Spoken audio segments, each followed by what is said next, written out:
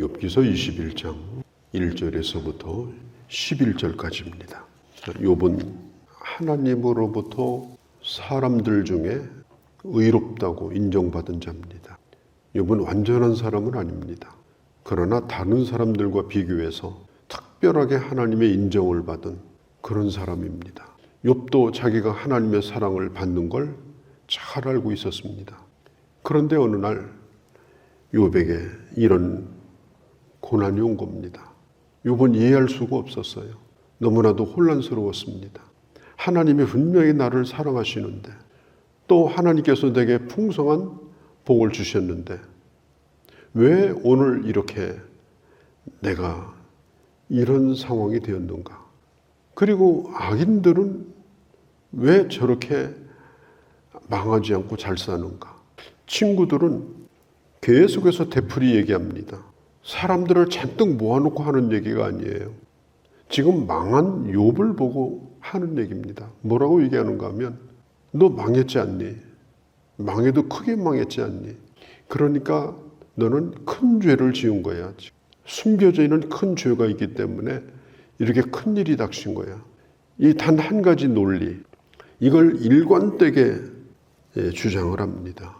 욥이 이게 견디기가 힘든 거예요. 왜냐하면 욥의 친구들의 논리가 모든 사람에게 다 적용이 되는 논리라면 자기도 받아들일 만해요. 그런데 이 세상을 보면은 그렇지 않거든요. 그래서 욥이 16장 9절 같은 데 보면, 그는 친구들이 나를 조롱하고 내 눈은 하나님을 향하여 눈물을 흘리나이다. 눈물을 흘리면서 하나님 앞에 수없이 질문을 던집니다. 왜 내가 고난을 받습니까? 이것이 정말 정의로운 것입니까? 하나님이 하시는 일은 정말 이게 일관성이 있는 겁니까? 그러나 이 질문은 의심하기 때문에 던지는 질문이 아니에요. 하나님을 믿기 때문에, 또 하나님에게 분명히 답이 있기 때문에, 또 이런 상황에 하나님의 섭리, 내가 알지 못하는 하나님이 하시는 일, 이걸 욥은 믿었습니다. 그러니까 자기는 잘 모르니까 그냥 울면서 질문을 던지는 겁니다. 욥은 이 세상에서 그 악인들 가운데 대부분은 다 잘 살고, 소수만 잡혀가지고 벌을 받고 감옥에 가고, 악인이 더 권세를 얻고 악인이 더 부자가 되고, 악인이 망하는 걸 보고 싶은데 안 그런 세상. 그러면서 친구들은 자기를 악인이라고 얘기하니까 그들하고 자기하고는 틀린데, 이게 도무지 혼란스럽고 이해가 안 되는 겁니다. 이런 모순을 보면서 욥은 친구들의 말을 받아들이지 않습니다. 하나님이 축복하신 것도 그거 하나님의 뜻이고, 또 내가 오늘 이렇게 된 것도 하나님의 뜻이다. 너희들 보기에는 이게 참 형편없는 거지만은, 그러나 이것은 하나님이 하시는 일이기 때문에 잘못된 건 아니다. 나도 그렇고 너희도 그렇고 이게 이해할 수 없는 일이지만 나는 하나님에게 심판받는 것은 아니다. 이런 생각을 욥이 가지고 있는 거예요. 근데 욥이 대답하여 이르되, 입을 열어요. 이제 소발이 이제까지 쭉 얘기를 했죠. 이제 욥이 얘기할 차례입니다. 대답하여 이르되, 욥이 첫 마디 하는 얘기가 뭐냐면, 내 말을 자세히 들으라. 그리고 3절에 보면, 내가 말할 수 있도록 좀 시간 좀 달라. 너희들은 좀 듣는 시간을 좀 가져라.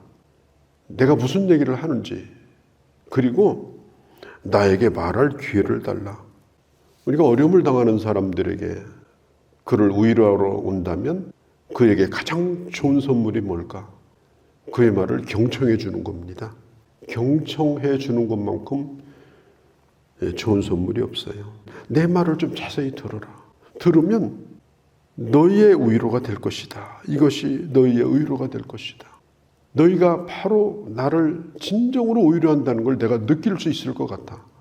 내 말만 들어줘도. 고통받는 사람에게 가장 큰 위로는 그 사람의 말을 소리 없이 들어주는 거. 그게 가장 큰 선물이다 하는 거죠. 그런데 고통받는 사람이 좋은 얘기만 하는 건 아니잖아요. 듣다 보면 머리가 막 아프잖아요. 왜? 자기가 힘드니까. 그럴 때 이게 못 견디는 거예요.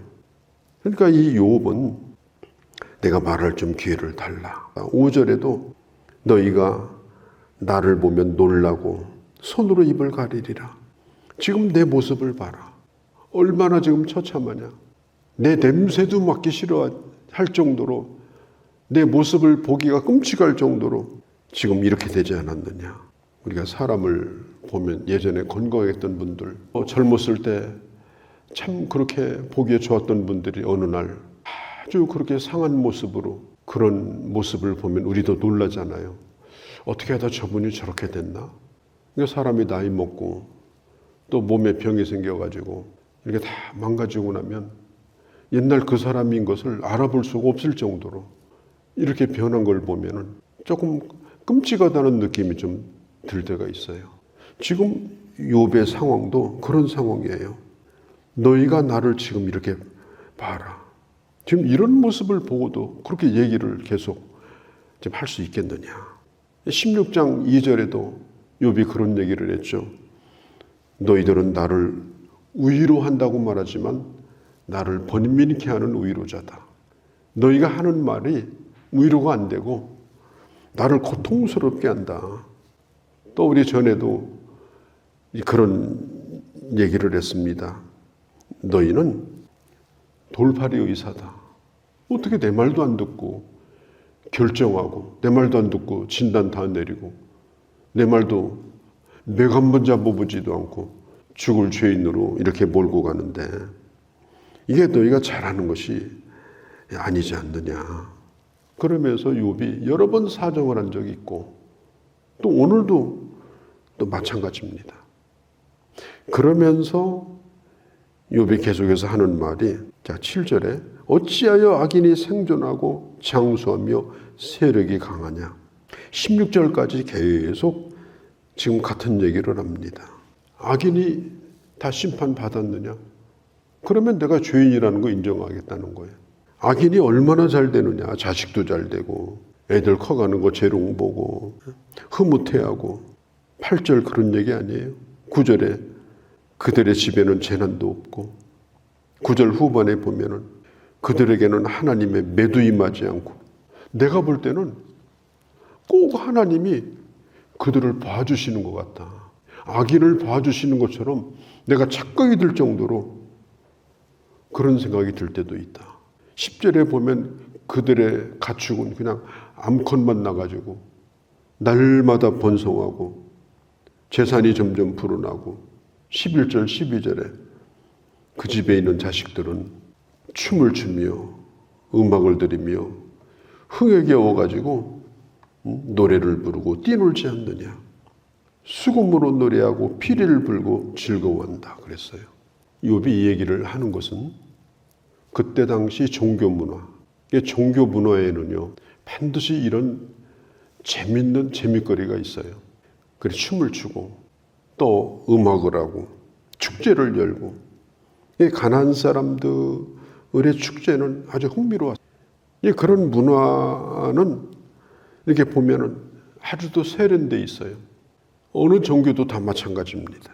그게 우상의 문화랄지라도 그걸 보고 있노라면 흥이 저절로 나고 신이 저절로 나고, 그래서 무당 구다는 것도 가만히 보다 보면 나중에는 어깨가 들썩들썩 하는 거예요. 저도 밤새도록 무당 하는 걸 봤는데요. 야, 정말 잘한다. 이런 생각도 제가 어린 때 한 적도 있습니다. 저 힘은 어디서 나오냐. 뭐 이런 생각도 한 적이 있어요. 그렇다고 해서 그들이 다 매를 맞아서 죽는 것도 아니지 않느냐.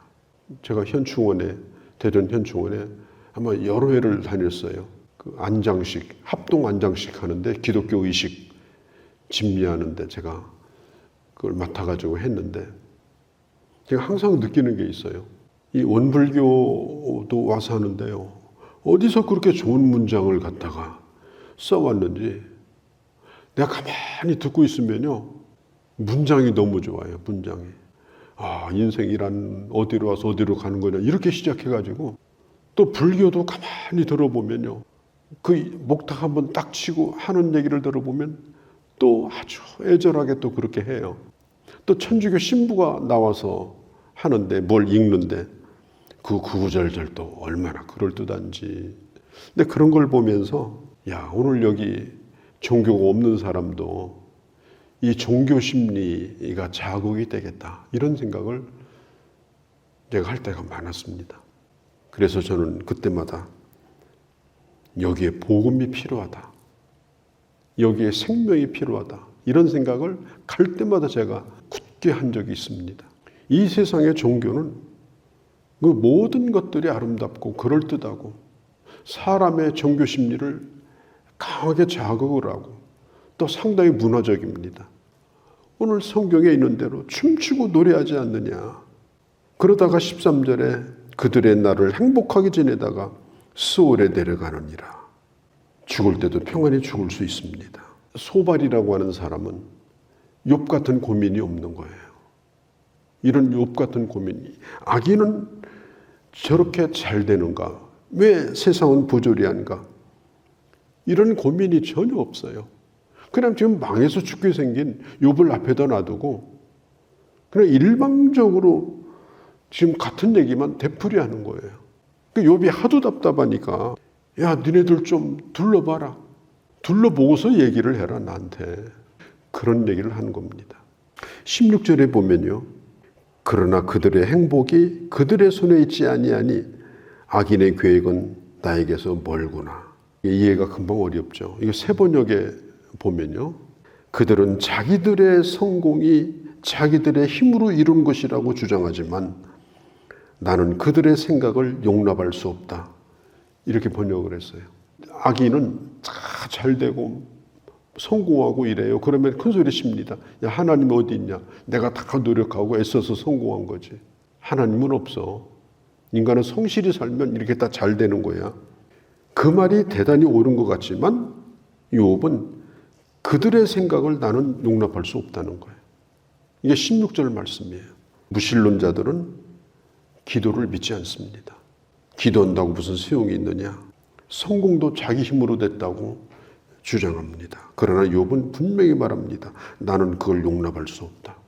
하나님은 살아계시고 하나님은 내 기도를 들으시고 오늘 내 상황이 이렇다 할지라도 나는 하나님의 주권 가운데 오늘 살고 있다. 당시에 그런 세상의 가치관을 욥은 강력하게 거부를 합니다. 그런데 이제 내일도 보겠습니다만은 그렇다고 해서 욥이 이렇게 거부하면서 그럼 나는 이것을 믿는다, 이렇게 아주 확실하게 대안을 또 제시도 못해요. 설명을 잘 못합니다. 어떻게 보면 친구들의 얘기가 일관성이 있어요. 친구들의 얘기를 들어보면 일리가 있어요, 일리가. 그런데 욥은 자기가 지금 겪는 일에 대해서 이렇게 논리적으로 설명을 지금까지도 잘 못합니다. 이론적으로 설명이 안 되는 한계, 욥도 가지고 있습니다. 우리가 꼭 기억할 게 있어요. 내가 설명할 수 없다고 해서 우리가 많은 일을 겪고 살잖아요. 그런데 그것에 대해서 내가 설명할 수 없다고 해서 진리가 아닌 것이 아닙니다. 딱 떨어지게 설명하는 것은요, 갖다 맞춘 것일 가능성이 많아요. 그래서 이단들은 거의 그렇게 딱 떨어집니다. 그래서 사람들이 그런 걸 잘 믿고 따라가요.